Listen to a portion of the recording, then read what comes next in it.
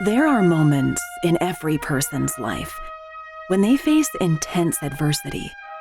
They're crucibles that forge who they become as individuals and as leaders. Now more than ever, we need leaders who are called to a higher standard, focused on leaving it better than they found it, and paying it forward to the next generations. Now, let's join Fire Chief Randy Brugman as he speaks with leaders from all walks of life, as he explores and learns from their personal journeys and the crucibles that have forged them into better leaders and better people. Welcome back to another episode of the Leadership Crucible.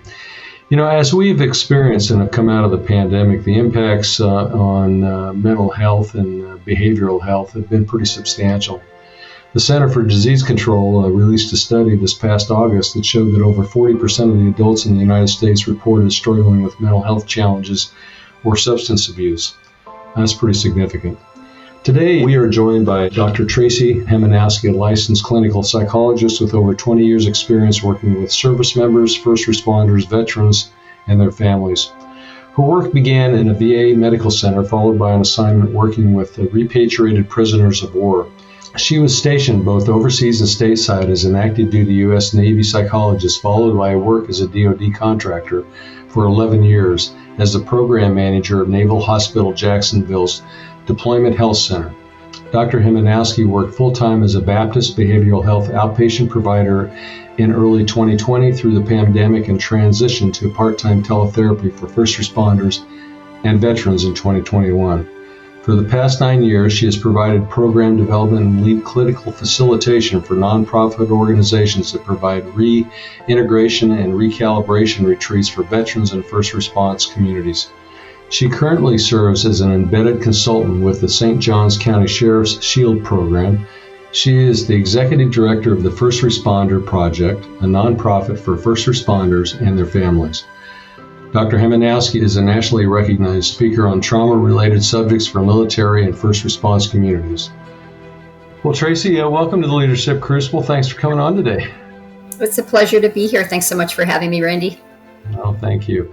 I know you've faced situations in your life that have tested you and probably have helped to shape who you become as a person and a leader. So could you share one or two of those with the audience today?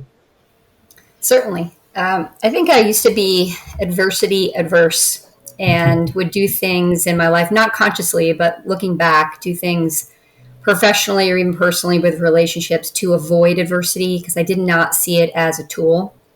I very much see it that way now. After the initial stun factor, perhaps, of something not going as expected or not getting the response that I want, I found that it pushes me. It forces me outside of my comfort zone.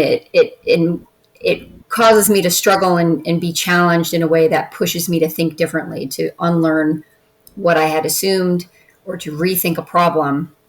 And I think I have found that most often in my professional career in terms of punching through ceilings or getting behind the curtain or behind the veil, so to speak, of being an outsider wanting to move in. So having worked in the military for a couple of decades as a woman and as a non-combat deployed professional in the mental health field, that was an example of needing.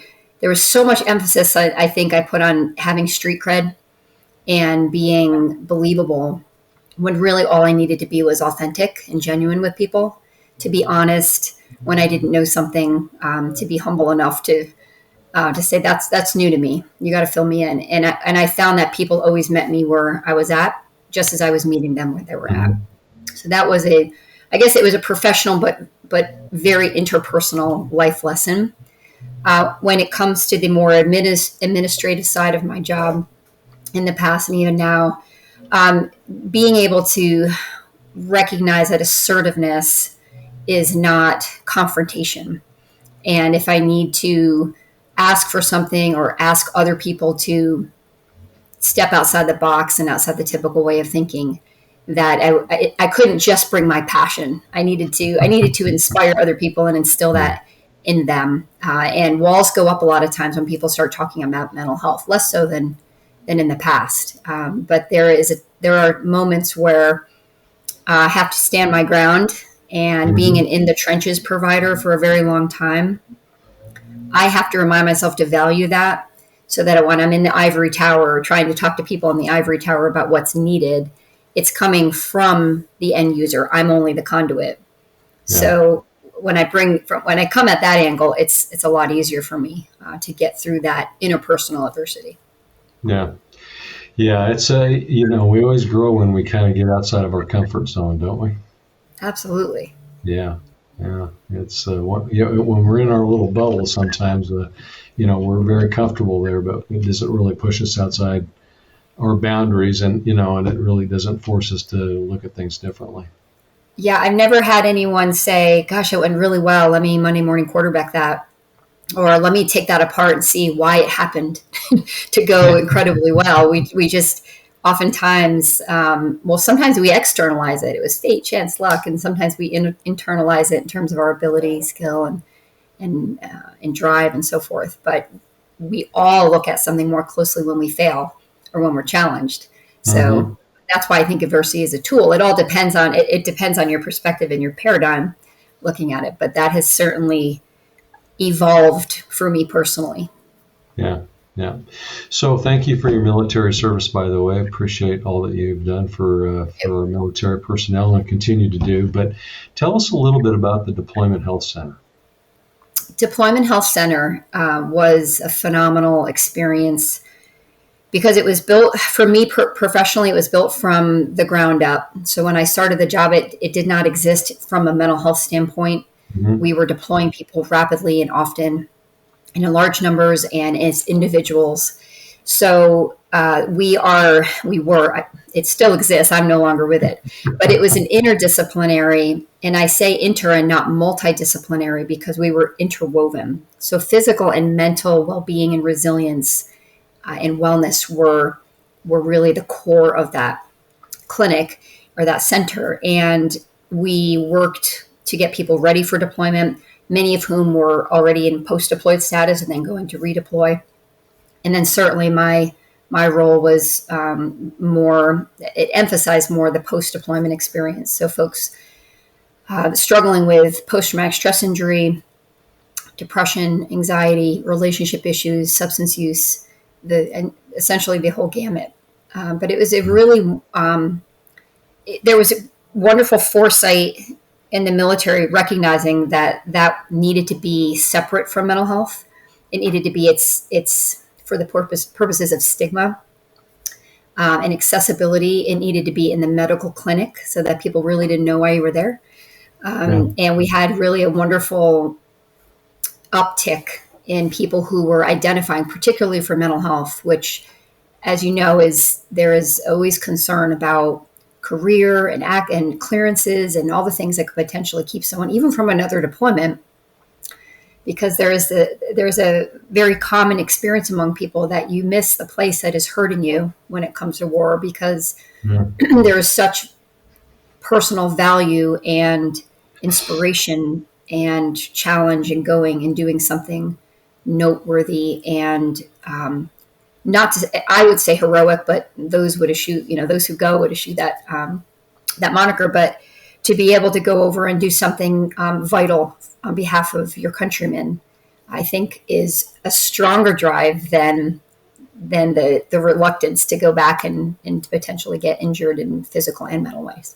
Yeah, yeah. Well, it's very important because I know that when they come back, there's a pretty significant readjustment period.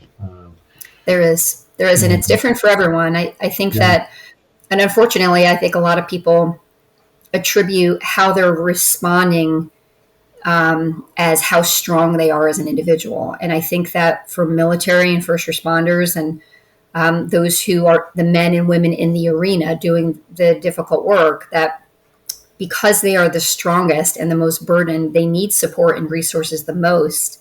But they do not see themselves it's not in their nature to see themselves on the receiving end. They are responding and providing and supporting other people. So it's very difficult, although to me, they are the most deserving and needed community needing those resources.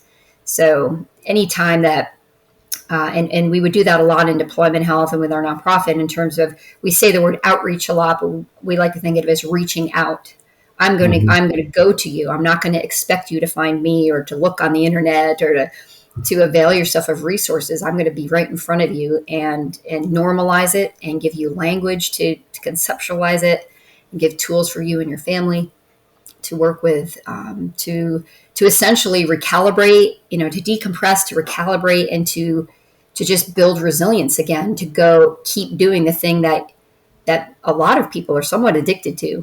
And I mean that in a good way. It's a good addiction to have, I suppose, if we had to rank order them. But it is a very compelling, to be in a line of service of any type is very compelling.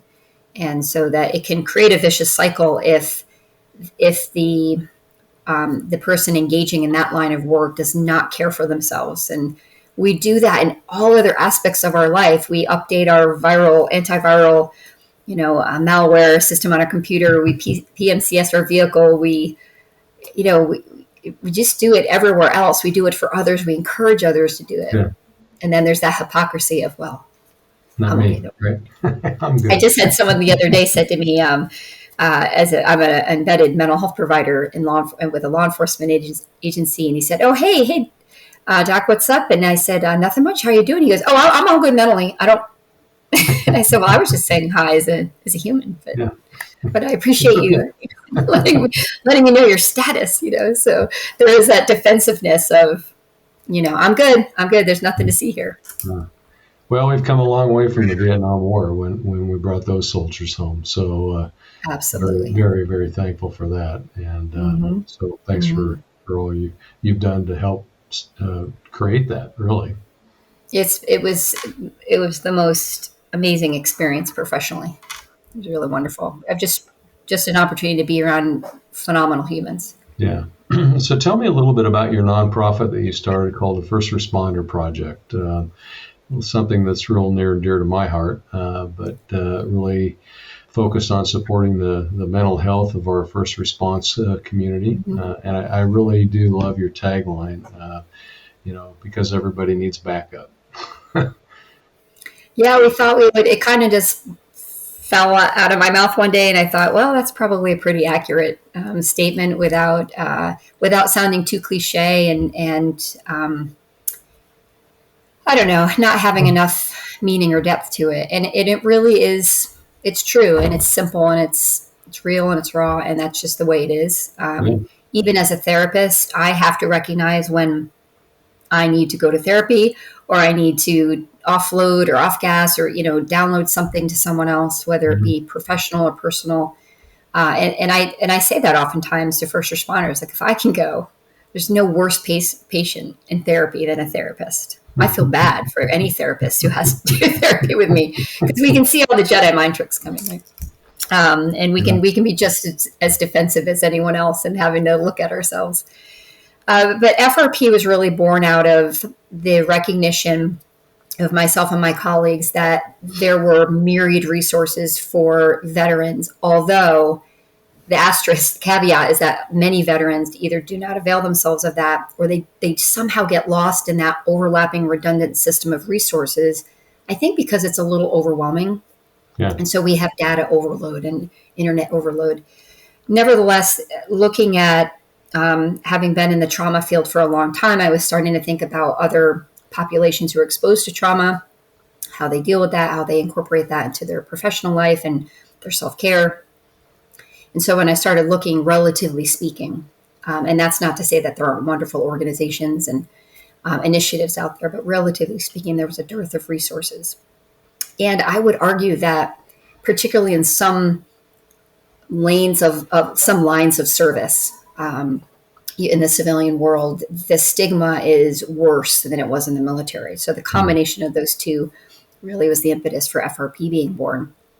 And we really believe that, as I mentioned before, that you have to reach out, that you have to show up, you have to be authentic. You can't be coin operated. There can be no secondary gain to what you do.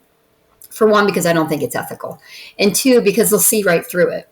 If you show up and you have an ulterior motive for being there instead of just wanting to be a good human and connect with other humanity, even in those dark times, that people will respond much more readily.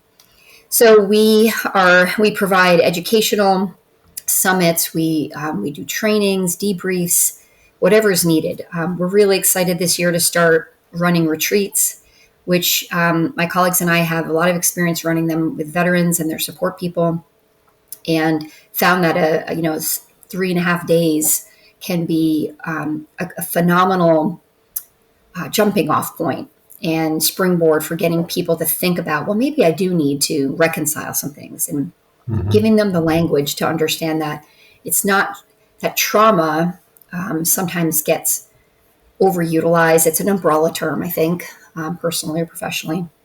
And if you talk to first responders and veterans about breaking that down into, some of that is threat-based and some of that is tragedy exposure and some of that is transgression, that seems like it goes in one eye and out the other, in one ear and out the other. And you just log it away because there's so many things that if you really get people to sit and identify what comes out of that what types of things get damaged, like trust and safety and predictability, security, you're giving people tools to be able to talk about it in a way that's not from the medical model through that lens, but instead from an occupational lens that just makes sense. It just is what it is. And when you can lighten that perceived stigma and give people a chance to say, because I do what I do, I need to really look after myself. I need to check on my escapism behaviors and make sure that they're as healthy as they can be, and incorporate my loved ones and bring them up to speed on what's going on. Generally speaking, people who are tip of the spear and get after and get things done want information. So we try to start there and equip them with ways to talk about it in a manner that does not require them to tuck their tail or hang their head and feel awkward about it. There really has been a shift in both, I think, the military and civilian population in relation to being more accepting, right? And embracing that, the mental health issues exist, and it's okay to reach out. Yeah, there certainly has been more openness. We see it in media and movies and conversations and in our language. There's been more attention with funding and training. I think we are chipping away at stigma. I think it's still very present in the sheepdogs of society because there is pride and a sense of responsibility. I don't have time to take care of myself, even though we know it makes sense intellectually. We tend to steer away from it. And sometimes there are real world effects of an impact on someone's career. But I think there's a misunderstanding out there that mental health people are there to, or they have this power, whether they wield it or not. They have this power and control dynamic that they can really impact someone's career. And I can tell you, and having just lots of conversation with colleagues, that we do everything we can to preserve somebody's well-being, and that includes their job and their job security and what they do. So we make every effort to make sure that they are the healthiest version of themselves on their job, not thinking dispositionally, like, do they have to go, can they stay or do they need to go? But that is unfortunately an ever-present fear, and that sometimes keeps people from ever breaking the seal or stepping over the threshold into formal therapy. And when they do, and they have that, I think it takes a lot of guts. So when they have that courage to do that, it really is about finding the right person. Technique brings you only so far in therapy. And it really is about whether or not you can trust that person and trust yourself to put your walls down and to talk about the things that weigh on us and prey on us and just put an ache in our soul. Yeah. From a leader's perspective or manager's perspective, when you're leading a group, you talk about the drama and the trauma and kind of that differential. And what should leaders look for to differentiate that, to make sure not to make sure, but to know when they need to reach out and just listen to the drama sometimes, or need to engage, because sometimes that's difficult. It is, and I think what complicates it somewhat as well is that you can have, I think, for those who support and protect and serve others in particular, they have an innate or learned or trained into them capacity to compartmentalize. So they can put their exposure to other people's worst days into a container, into a vessel. And they don't even realize they're doing it. It just automatically goes off into that chute. And so that reservoir can fill up. And oftentimes it's the drama that will be the tipping point. So they may be talking about, and sometimes it's the other things outside of work alone. So a divorce, a sick child, a child who's having behavioral health difficulties, being in the sandwich generation between caring for children and parents. It could be a lot of things, finances, relationships. So sometimes that may be the primary source for the emotional or behavioral issues, and sometimes it's just the straw that breaks the camel's back, so to speak. And as I said, that breaks the camel's back. I think I want to almost edit that out, because we use, and I know better than to use words like break. We say like break down, broken, can't hack it, can't. We have all this negative language around it, as opposed to, hey, my cup is full. And my cup is full not because my cup is this big. My cup is full because my cup is this big, but what I do constantly invites others to pour into it. Yeah. Yeah, I think that's one of the things I learned. I had several situations that arose where just the reactions were not in relation to, what was occurring. And, I would always go talk to the folks. And in many cases, they would say, well, I don't want to really talk about it, but there's something else going on at home. There's, I'm, dealing with something with my family, but it's not this. And I appreciate that they would open up and say that. And in some cases, they would sit down and, tell you everything, and spill it out. And their cup was really full, and they wanted to give you some, and that was fine too. But I think your antenna always have to be up when there's a disproportionate reaction to something that could be a change in where the organization's going, or a new program. And then if somebody's flipping out, that should probably tell you as a leader, you need to go down and have a cup of coffee, or and have that person say, hey, what's going on? I think if we thought more in terms of themes. There's a theme of abandonment. There's a theme of jealousy or envy. There's a theme of whatever. It might inform us better on how to approach someone. I had a colleague once ask me, I was talking about something, struggling with something, and she said, well, why is that important? And I thought, well, I feel like I just said why it was important. I thought it was pretty face valid. And she said, but why is it important to you? So she kind of took me down a rung of the ladder, and it made me think like a little bit more deeply, because I was just surface. But I didn't think there was depth to it. Well, 4 or 5 times she kept saying, I would answer her, and then she would say, okay, now why is that important? And she was getting down to that critical value and belief, that I had, that it was, all these other things were stacking on.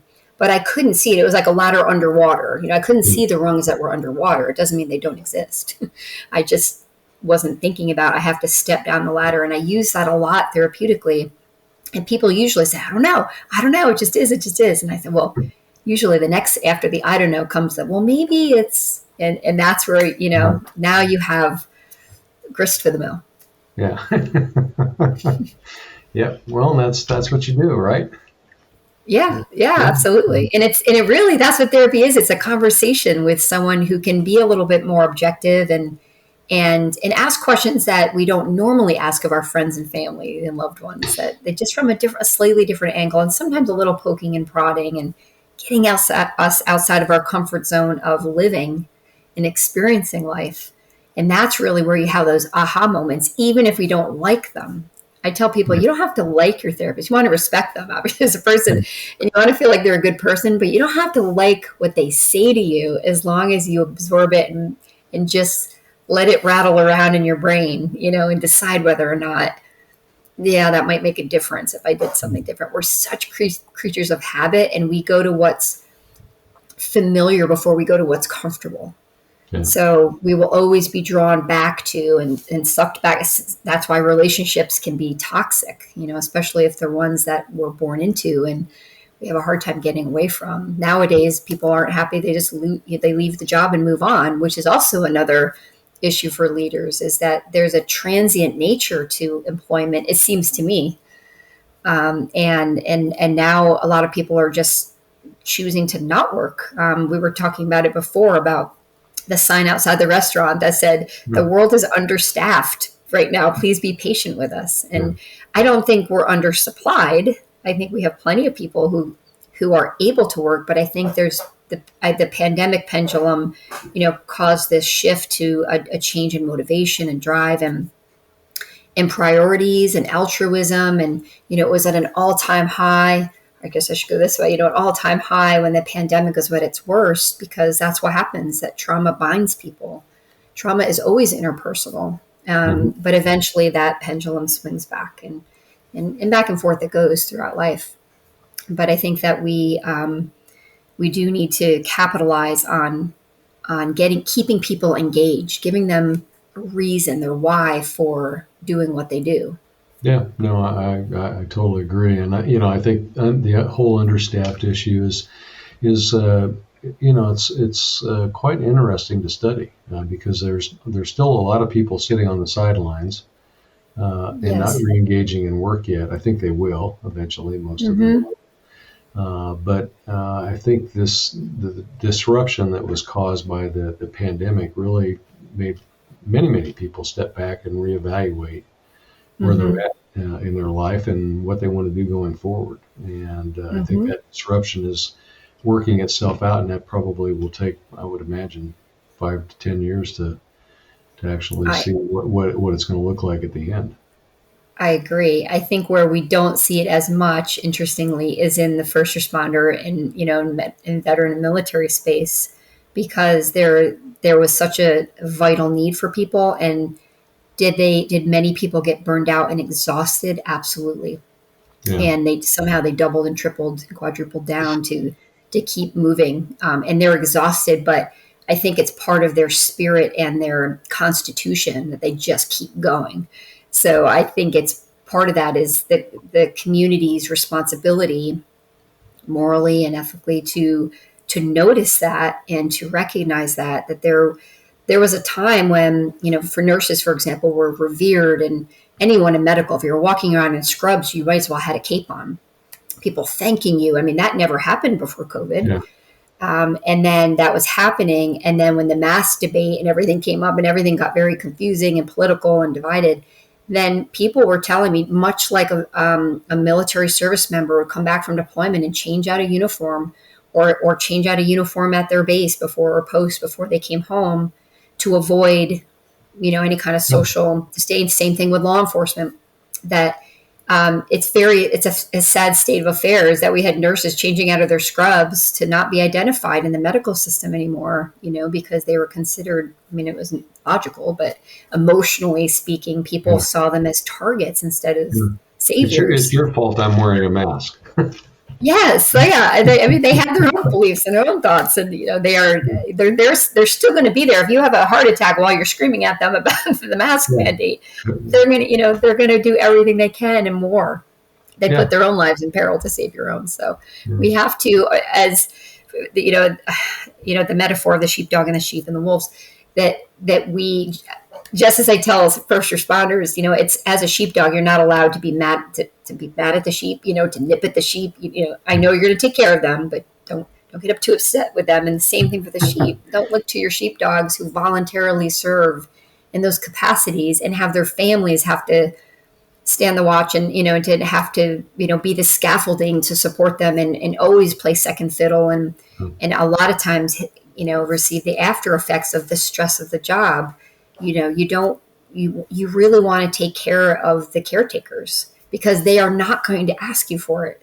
So we want people to think outside the box about how to support, those who support them, to serve the ones who serve you, because there's not a there's not an infinite capacity of their compassion and their effort and their energy. They too will get worn out, and they'll do it very humbly and quietly. But I don't think, that's where society needs to come in and recognize that. Yeah. So what takeaways would you like to leave with our audience today to make them help someone maybe become a better person or a better leader in the future? I would say to people who are new leaders to remember that assertiveness is not confrontational. If you need to ask for things, which I'm not good at, if you need to ask for things, ask on behalf of the people who you serve, and it will be much easier. You won't feel as though you're doing something that doesn't feel humble. I think staying in your passion is important. Staying the course, but staying in your lane, knowing what you're good at and what you're not good at, and delegating that and paying for it. And that's part of that working smarter, not harder. Bringing those resources in, finding the right people, and being patient with finding the right people. It will pay dividends than to just get the new shiny object or what everyone else is using. Is take time to get people in there for the right reasons, and they will sustain the organization. I think I may have mentioned it earlier, but in pieces, but the hat trick for me is humanity, is staying connected with people, being accessible, being authentic. So the humility. I find myself turned off very quickly by people who have lost their humility a little bit. They start to believe their own hype, or they're so focused on having hype. So that's one, humility and honesty, which sometimes is really painful to provide for people. But in the long run, obviously always better. And there are ways to be delicate about it without being passive. So figuring out how to do that. And sometimes that can be done with a life coach or, just a really good sounding board. And at the end of the day, as a leader, as long as you stay inspired and you work to inspire others, I don't think you can go wrong. We always have to find balance. People who give tend to give a lot. So they need to also pull back and recalibrate and refit and regroup and all the rewords, so that they maintain energy. You can get depleted very quickly, and then you're ineffective. So knowing when, listening to people who tell you, when you're distracted or you're losing your focus or you're off on a tangent, really listening. Feedback is so important, as long as you have the right people and you can put your defenses down. But I think for those who, it's not just about keeping your eye on the ball. It's really keeping your eye on the perspective needs to be very broad. So you can stay pointed in this direction. This is our goal, our mission, our product, our design or whatnot. But you really have to understand who flanks you and who's behind you, and who's on the side of you, and how they can push you, not just you pushing them or leading them. So last question for today. How can people engage and support the First Responder Project? Well, thank you for asking. We, as you know, we began in 2020, so we're still a very nascent organization. We are run by volunteers, and most of whom have full-time day jobs if they're not retired. And so we are looking for people. We would love people to go to the website. It's firstresponderproject.org. They can learn about what we have going on and things that we have coming up. We would love people to engage with us. So whether they are going to be an end user of coming to a family forum or going to our summits, if they'd like to volunteer and provide sweat equity for us, we would love it. We are always looking for, if not funding, straight up funding or grant, help with grant writing and so forth. We would love for people to find in-kind donations. So I have a space that's available for you, so you can provide a training here. Those are really the only things that keep us limited in what we're able to do. We have a wonderful cadre of people. It's just a matter of the details, and finding. We have the content, we have the process, we have all those things ready to go. So if people are out there and they're interested in supporting first responders and veterans and giving back in that way, they can just fill out an interest form, sign up for our newsletter, and just engage with us. We'll definitely come up with some ideas for them to be involved. And I think that the greater community building that we can do, it will just tend to proliferate and perpetuate in that regard. So firstresponderproject.org, and we appreciate anybody who's willing to support us and in any way that they can. Well, I would encourage the audience to check it out and support the project. I know you're doing some really great work across the country. I know you're dealing with people all over, and so I appreciate that. And Tracy, thank you so much for being on the Leadership Crucible today and sharing your insights with our audience. I really appreciate you coming on the show today, and it's always great to see you. It's great to see you as well. It's been an honor and a pleasure. Thanks so much. Thank you. Thanks for listening to the Leadership Crucible podcast. If you have a story of adversity you'd like to share, we'd love to hear it. Visit us at theleadershipcruciblepodcast.com and join us next time as we continue to explore how to live lives of success and significance.